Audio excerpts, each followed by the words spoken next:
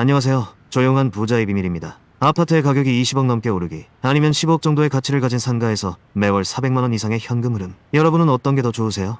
아파트는 시세 차익이 중심이고 상가는 시세 차익과 더불어 현금 흐름이라는 장점이 있습니다. 어느 쪽이 더 낫다고 단정하기보다는 결국 내 성향과 상황에 따라 선택이 달라질 수밖에 없습니다. 그래서 이것은 성공과 실패의 문제가 아니라 선택의 문제라고 보는 게 맞습니다. 이제 금융투자의 관점으로 볼까요? 요즘 시장에서 흔히 듣는 말이 있습니다. 젊어서 배당 투자하면 망한다. 나스닥이나 S&P 500이 정답이다. 자산을 공격적으로 불리고 은퇴할 때 배당주로 갈아타는 게 정답이다. 이런 이야기 많이 들어보셨을 겁니다. 정말 슈드나 제피, 제퓨 같은 배당 ETF나 커버드콜을 젊을 때부터 투자하는 건 잘못된 선택일까요? 무시받을 만큼 멍청한 투자를 한 걸까요? 먼저 수익률을 비교해보겠습니다. S&P 500은 최근 10년간 빅테크 주도 성장의 영향으로 11% 정도의 연평균 수익률이 나왔습니다. 보수적으로 10%로 계산하고 매월 적립식 투자로 100만원씩 30년 동안 투자한다고 가정해보겠습니다. 10년 차에 2억 1천만원, 20년 차에 7억 5천6백만원, 30년 차에 21억 7천만원이라는 거대한 자산을 만들 수 있습니다. 이번엔 슈드와 제퓨를 6대4 비율로 투자한다고 가정해보겠습니다. 현재 슈드의 시가배당률은 약 3.8% 수준입니다.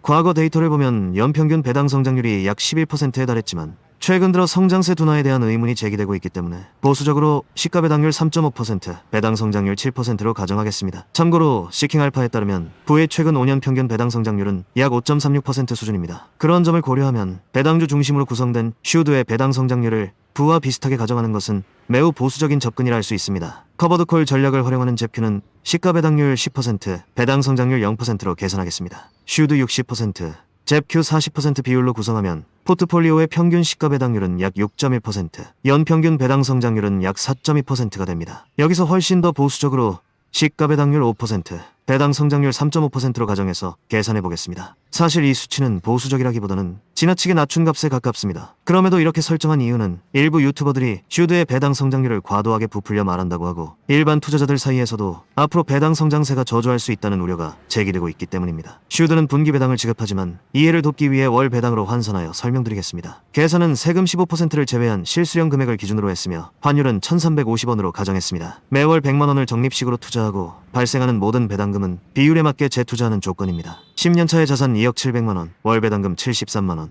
20년차에 자산 6억 2,700만원, 월 배당금 약 222만원, 30년차에 자산 15억 3,300만원, 월 배당금 약 543만원입니다. 단순 계산으로만 보면 자산 증식에서는 S&P 500이 약 6억원 더 많습니다. 그렇다고 해서 자산 15억에 매달 500만원이 넘는 배당금을 받는 결과가 실패라고 할 수 있을까요? 게다가 이는 슈드의 배당 성장률이 30년 내내 최악의 수준으로 유지된다는 극단적인 가정을 바탕으로 나온 결과입니다. 즉, 최악의 상황을 가정하더라도 이 정도 성과는 충분히 기대할 수 있다는 의미입니다. 투자는 단순한 숫자 계산이 아니라 결국 심리와의 싸움입니다. 그래서 초보 투자자에게는 잘 모르겠다면 그냥 S&P 500만 사라 라는 조언이 흔히 따라붙습니다. 많은 사람들이 S&P 500을 가장 안정적인 투자처로 여기죠.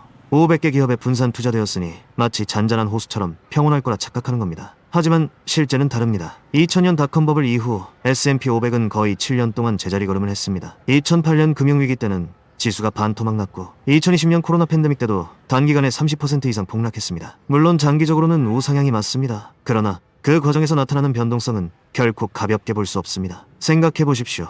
투자금이 몇백만원, 몇천만원일 때는 변동성을 어느 정도 감내할 수 있습니다. 하지만 자산이 3억, 5억 이상으로 불어난 상황에서 억 단위로 평가액이 줄어든다면 어떨까요?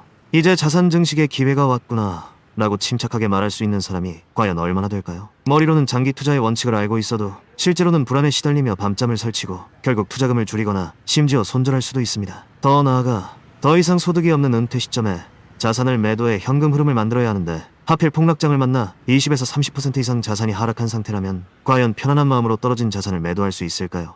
저는 못할 것 같습니다. 결국 냉정하게 변동성을 견뎌낼 수 있는 사람만이 이런 방식의 투자를 이어갈 수 있습니다. 배당 투자자는 어떨까요? 배당 투자는 이런 측면에서 또 다른 강점을 갖습니다. 자산 증식 속도는 다소 느릴 수 있지만 배당을 통해 꾸준히 현금 흐름을 만들어줍니다. 게다가 배당이 매년 조금씩이라도 성장한다면 시간이 지날수록 생활비를 넘어서는 안정적인 현금 흐름을 확보할 수 있습니다. 무엇보다 배당 투자자들은 기본적으로 매도보다는 수량을 늘리는 데 집중하기 때문에 훨씬 더 편안한 마음으로 투자할 수 있습니다. 동일하게 배당 투자 30년 후 마침 폭락장이 찾아왔다면 어떨까요? 아무리 안정적인 배당주라 해도 자산 가치는 당연히 떨어졌을 겁니다. 그럼에도 불구하고 매달 생활비를 충당할 수 있는 배당금이 꾸준히 들어온다면 계좌 잔고가 출렁여도 내 생활은 크게 흔들리지 않습니다. 이 경험이 주는 안정감은 단순한 숫자로는 설명하기 어렵습니다. 평생 다 쓰지 못할 만큼의 자산을 쌓는 것보다 마음 편안하게 장기 투자를 이어갈 수 있다는 점이 더 큰 의미일 수 있습니다. 저는 이런 성향에 더 맞습니다. 이것이 바로 심리의 벽입니다. 투자의 성패를 결정짓는 것은 단순한 수익률 계산이 아닙니다. 결국 중요한 건 성향입니다. 만약 슈드의 성과가 다소 부진한 것을 보고 조급해진다면 사실 내 성향은 성장 ETF와 더 맞을 수 있습니다. 성장 ETF 투자자들은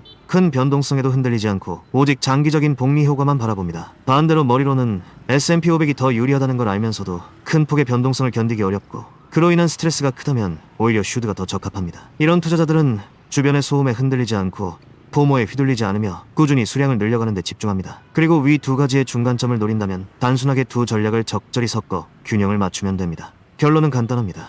투자는 정답을 맞히는 시험이 아닙니다. 누가 가장 높은 수익률을 기록했느냐가 아니라 내가 끝까지 버틸 수 있는 방법을 찾는 과정입니다. 이제 다시 보겠습니다. 젊어서 배당 투자하면 망한다. 나스닥이나 S&P 500이 정답이다. 자산을 공격적으로 불리고 은퇴할 때 배당주로 갈아타는 게 정답이다. 어떠신가요? 이제는 본인만의 답을 찾길 바라겠습니다. 내용이 들을만했다면 좋아요와 구독 부탁드리겠습니다. 감사합니다.